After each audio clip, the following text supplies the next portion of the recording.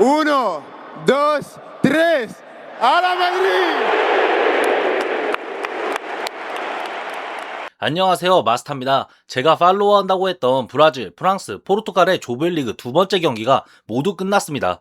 원래는 한 팀 한 팀 다루려고 했는데 최근 레알 마드리드가 시끌시끌하기도 했고 하나씩 따로 올리기에는 제가 입중계를 하는 것도 아니니 분량 채우기가 힘들었습니다. 그래서 세 팀의 경기가 모두 끝나면 한 번에 다루고자 했습니다.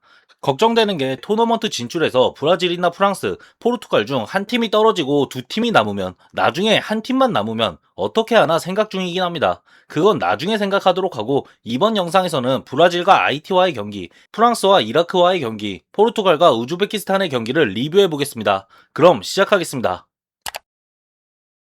결과는 예상대로 나왔다고 생각합니다. 전력상 당연히 브라질이 압도적이고 IT가 브라질의 전력을 버텨내기엔 쉽지 않았습니다. 그래서 간단하게 요약하자면 비니시우스가 엄청나게 잘했고 이고르 치아고보다는 쿠냐를 쓰는 게 맞다는 판단이 들게 하는 경기였습니다.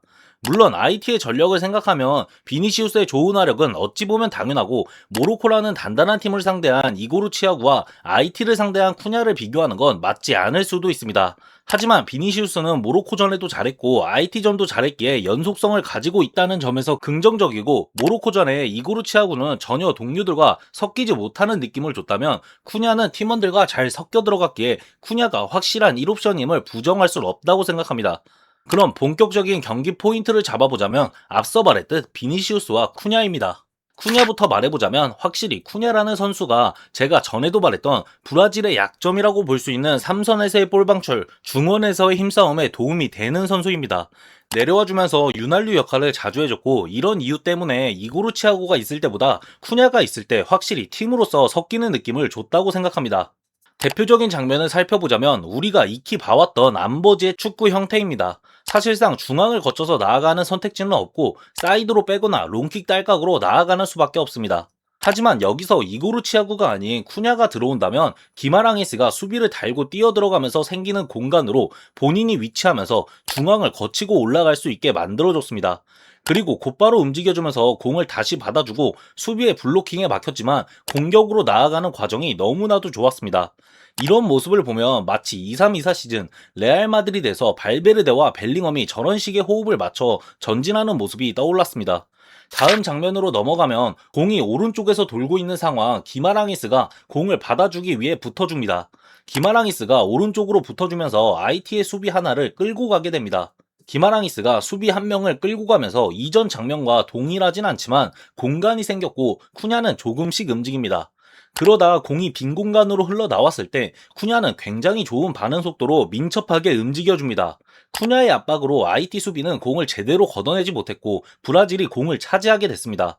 그리고 이걸 시작으로 옵사이드로 취소되긴 했지만 하피냐의 득점이 나왔습니다.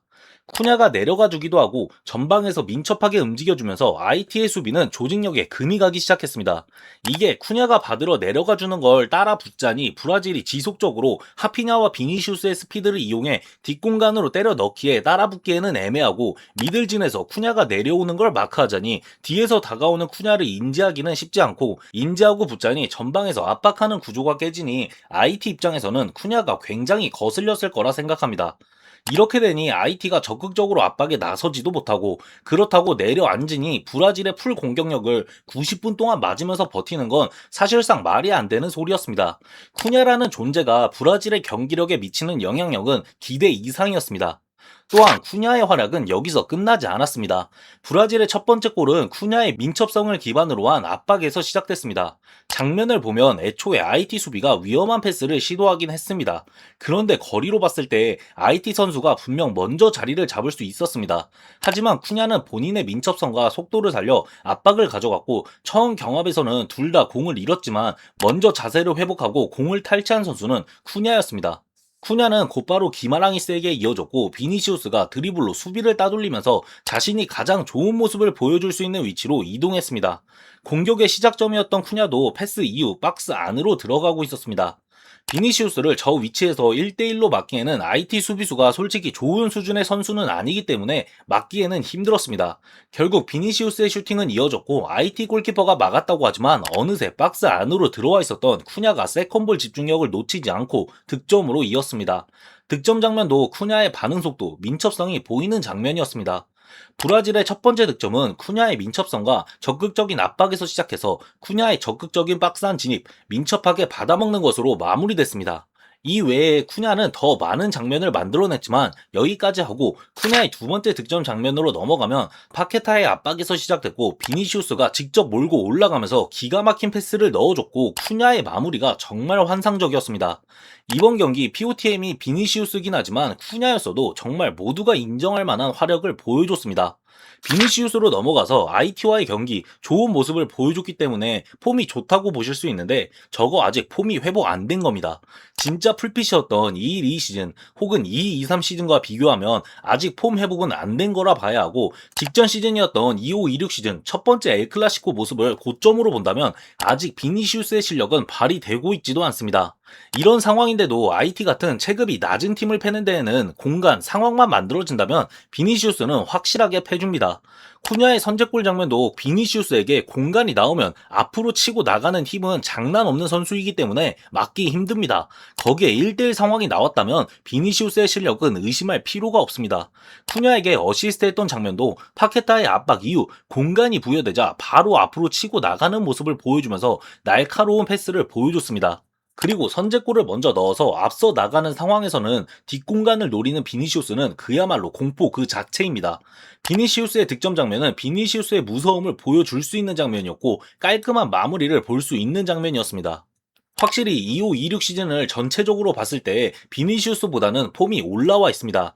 하지만 아직 다 올라오지 않았음은 확실하다고 생각하고 토너먼트를 올라가면서 수준 높은 팀들을 상대로도 이런 모습을 계속해서 보여줄 수 있는지가 관건이라고 생각합니다. 마지막으로 하피냐가 부상으로 교체됐는데 오른쪽 허벅지 부상이라고 합니다. 나오는 소식들을 보면 다양하긴 한데 크게 보면 1주에서 4주 사이인 것 같습니다. 사실상 월드컵에서 다시 뛴다고 해도 무리한 출장일 가능성이 높습니다. 하피냐의 부상을 보니 유리몸 기질이 생기고 있는 것 같습니다.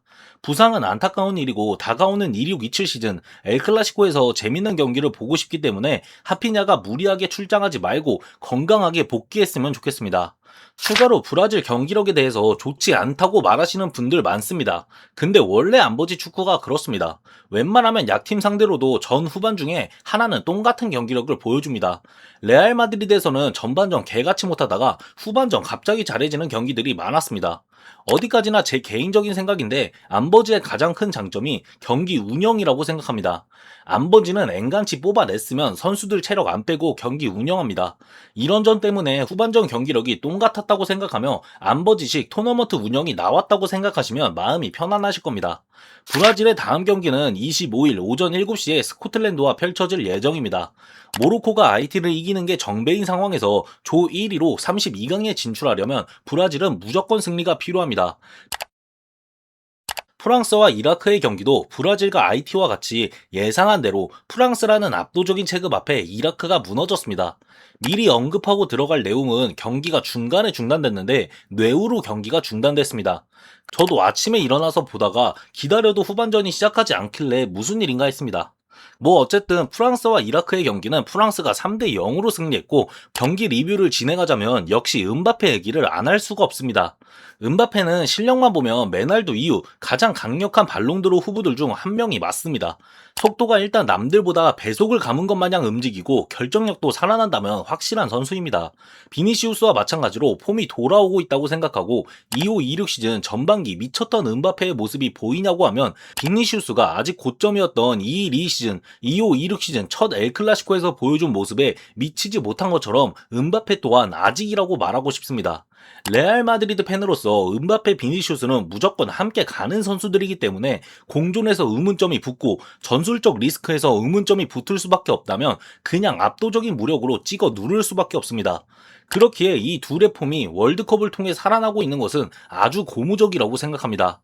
길게 말할 것 없습니다. 첫 번째 득점 장면은 이전 세네갈전에서 보여준 오른발 중장거리 골과 비슷하게 이번엔 왼발로 중거리를 꽂아 넣었습니다. 이어서 음바페의 두 번째 골은 이라크에 어이없는 실수가 나왔는데 대망이 음바페에게 밀어줬습니다. 은바페는 이번 경기로 2골을 득점하면서 월드컵 통산 16경기 16골로 월드컵 역대 최다 득점 순위에서 공동 2위로 기존 1위였던 미로슬라프 클로제와 어깨를 나란히 하게 됐습니다. 은바페가 미친 득점력을 보여주고 있는데 1위는 누구냐고 하면 메시가 1차전 해트트릭에 이어 2차전 멀티골을 득점하면서 18골로 월드컵 역대 최다 득점 순위 1위에 위치해 있습니다. 메시도 참 대단합니다. 솔직하게 경기력이 압도적인 건 모르겠는데 그냥 저 나이에 득점 기회들 살리는 거 보면 대단한 선수긴 합니다. 아무튼 역대 최다 득점으로 보면 이렇지만 이번 2026 북중미 월드컵 득점 순위로 보면 메시가 5골로 1위, 은바페 홀란드가 4골로 공동 2위, 운다브와 조너선 데이비드가 3골로 공동 3위에 위치해 있습니다. 메시와 은바페, 홀란드의 득점왕 경쟁도 지켜보면 아주 재밌는 볼거리일 것 같습니다. 은바페 얘기는 대단하다는 말 빼고는 할 말이 딱히 없긴 합니다. 그렇게 여기까지 하고 인상 깊었던 선수를 말해보자면 올리세는 당연히 들어가고 우파메카노 살리바 당연히 말해야 합니다. 하지만 이런 선수들은 잘했다고 말하는 것도 지겨우니 제 개인적으로 지금 프랑스를 봤을 때 걱정되는 부분을 말하고 포르투갈 경기로 넘어가겠습니다. 어쨌든 프랑스의 선발 라인업 구성을 보면 미드필더는 2명입니다.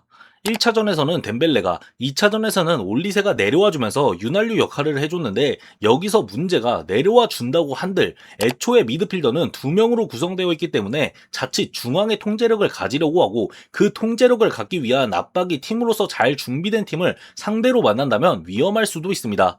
물론 그래도 프랑스는 이름값 있는 선수들이 많기 때문에 올라오는 모습을 보여줄 겁니다. 그런데 덴벨레를 중앙으로 활용하기에는 맞지 않는다는 것이 세네갈전에 보여줬고 올리세는 해줄 수 있다고 하지만 상대가 잘 막아낸다면 생각 이상으로 프랑스의 공격이 답답해질 여지가 있습니다. 여기에 추가로 올라온다고 한들 박스 안에서 경쟁력을 갖기에는 힘든 공격진들입니다. 이라크가 보여준 것처럼 중앙에 선수들 두고 틀어 막으면 정말 선수 개인 기량에 의존해야 하는 프랑스입니다. 이번 경기도 은바페의 중거리 슈팅이 일찌감치 들어가면서 경기가 잘 풀렸기에 긍정적이지 만약 중거리 슈팅이 들어가지 않고 경기가 질질 끌렸으면 분위기가 이상해졌을 수도 있습니다.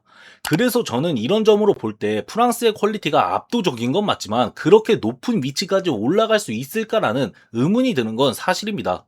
그렇기에 다음 경기인 노르웨이 쉽지 않은 팀입니다. 이 경기에서 프랑스의 문제점이 크게 노출될지 확인해보면 어느 정도 프랑스의 이번 2026 북중미 월드컵의 미래를 예측해 볼 수 있지 않을까 생각해 봅니다. 마무리하자면 프랑스는 세네갈과 이라크를 상대로 승리하며 32강 진출을 확정지었고 노르웨이 또한 세네갈과 이라크 상대로 승리하면서 32강 진출을 확정지었습니다.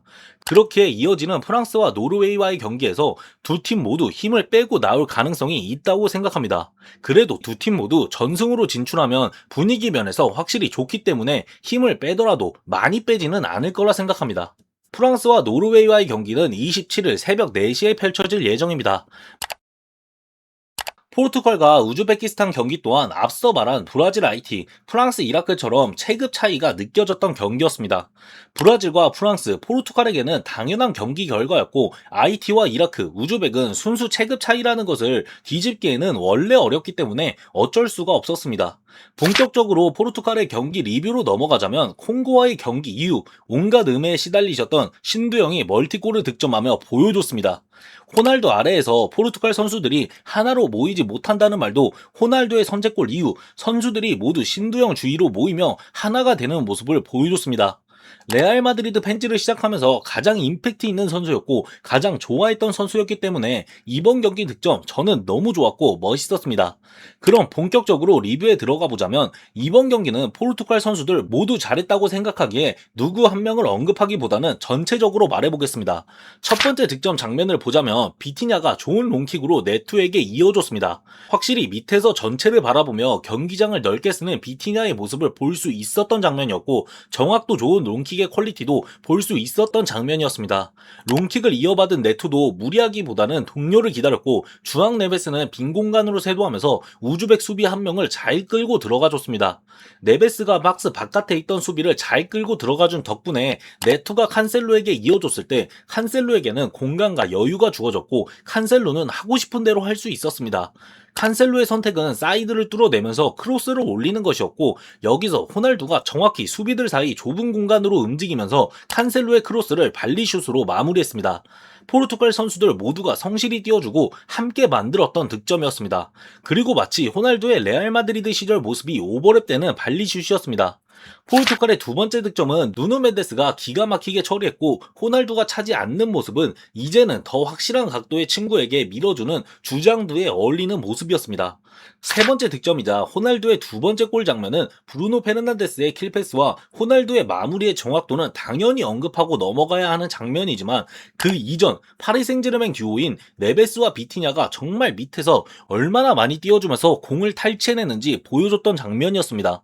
경합에 두려워하지 않고 일단 부딪히면서 공을 뺏어내고자 하고, 성실하면서도 민첩하게 뛰어다니며 붙어주고 결국 공을 중간에 커팅했습니다.